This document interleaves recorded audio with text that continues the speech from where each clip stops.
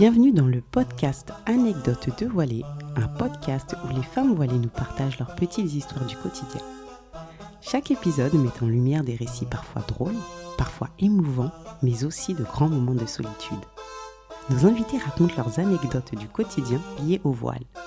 Que vous soyez en déplacement, en pause ou simplement curieux, laissez-vous surprendre par ces petites histoires qui en disent long. Bonne écoute.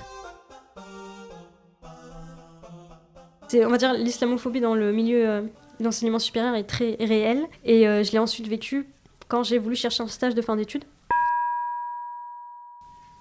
Là, ça a été violent. Alors, moi, en termes de timing, moi, j'ai tout... Franchement, c'était n'importe quoi. Donc, j'ai cherché un stage au moment des attentats de Charlie Hebdo.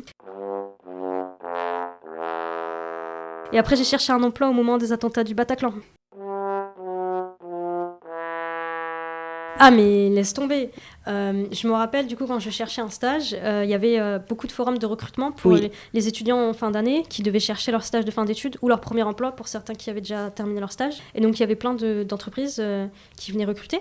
Et donc moi comme les autres élèves, je viens avec mon CV et je viens dans les stands et je postule. Hein. Comme mes camarades de promo hein, en fait. Et je me rappelle je suis arrivée dans un stand, je fais mon explication, j'explique ce que je cherche. Je savais qu'ils recrutaient, ils ont pris des gens de ma classe. Et là le recruteur il me dit...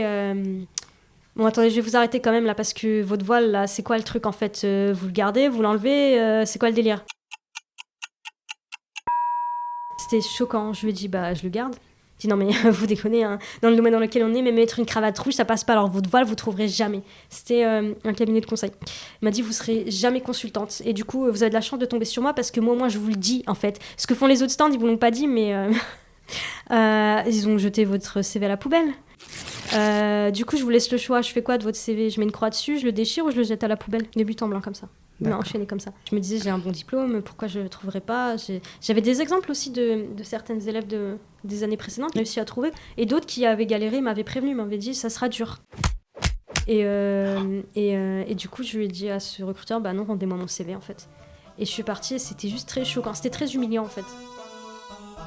Le podcast vous a plu? N'hésitez pas à laisser des commentaires et à cocher les 5 étoiles. Anecdotes de voilées est un podcast de Polycac Studio. À bientôt.